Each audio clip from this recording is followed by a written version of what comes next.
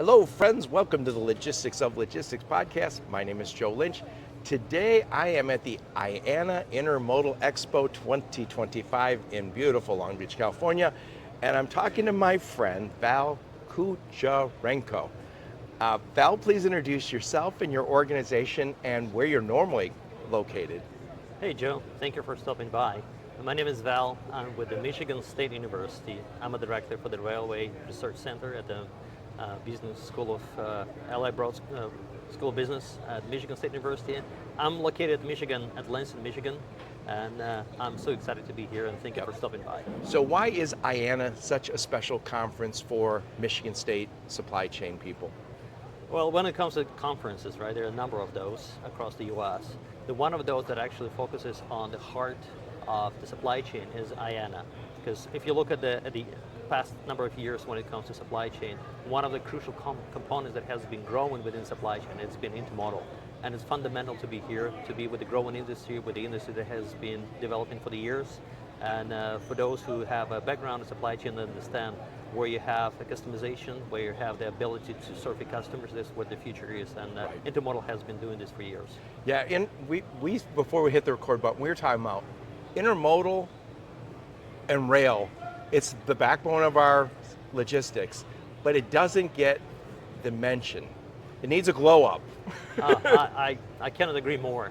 So that's exactly the reason why, because when it comes to rail intermodal, this are the two partners that have to really work together, and I believe there's a lot of uncovered values for the customers, and I believe that's where we have to be. So move aside for a sec, let me see your somebody spent a lot of money on this nice booth of yours. So Val, tell us a little bit about your railway management certificate program. I'll get it. Yeah. So the program has been active and has been running for the last 18 years. We're actually celebrating our 20th anniversary this year. The reason being behind this program is that at some point in time, the founders decided that we have to set up the leadership program within the industry that would actually help to nurture future leaders in the railway industry. Right. And that's what this program is all about. Now, how long is the program? If I joined right now, when do I have my certificate? Essentially, it takes 4 weeks. It's spread out through the year.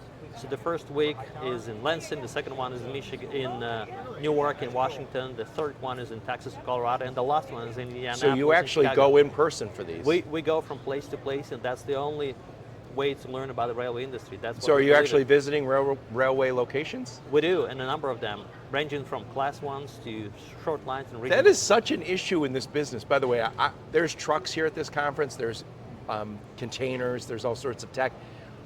Most logistics people, myself included, don't get into the truck, they don't touch the train, and we talk about our technologies as if that's the ultimate technology. But the ultimate technology in this business is the rail, the box, the plane, trains, automobiles. And I'm not saying that all the cool tech that we're seeing here today is not important, but we need to touch the grass sometimes, or touch the rail sometimes. Absolutely. And we are strong believers in cooperation rather than competition when it comes to rail and trucking, because one cannot survive with another one, right. So we truly believe that's the way to go. So who's the ideal candidate for your certificate program? Well, typically we have participants from short lines and regional railroads, from commuter rail, from passenger rail, from across the country, including Canada and Mexico. So we have pretty much the entire North America covered. Nice. So the people who are going, they're already working in rail? Or they? Most of them, yes, they come from the industry. And what about somebody who's in this business, maybe they're a tech company and they say, we need to know more? Do they show up at these? Oh yeah, they do, and actually we've been seeing a lot of interest coming from high-tech companies. Because I think, sometimes there's a divide. The people who are the traditional operations guys, who understand the trucks, who understand the trains, and then the tech guys. I think what we need going forward is a hybrid. I totally agree. And that's what we've been aiming for the last couple of years, to trying to attract and use this as a platform for collaboration and making those relationships long-lasting relationships. And that's part of this program. It's not just about learning, but also learning from your peers and making those long-lasting relationships. For those who are not aware, Michigan State, I think, is usually ranked as the top logistics and supply chain program. That pains me to say as a Wolverine, but I got to give them credit for that. Thank you. And I say this all the time. Automotive is one of the first truly developed supply chains, and I think Michigan State's relationship in automotive over the last 100 years led to supply chain being an actual job. And for a long time it was, I think that I forgot the name of the program, but it was like procurement and logistics. And then one day somebody said supply chain and it kind of stuck. And I don't know who coined it, but I know Michigan State was one of the first programs in addition to being the best. Yep, you're absolutely correct. And supply chain management with the Broad College of Business in Michigan still remains one of the top programs in I the always nation. say this is the home of the supply chain. So what do you hope to learn here at IANA this week?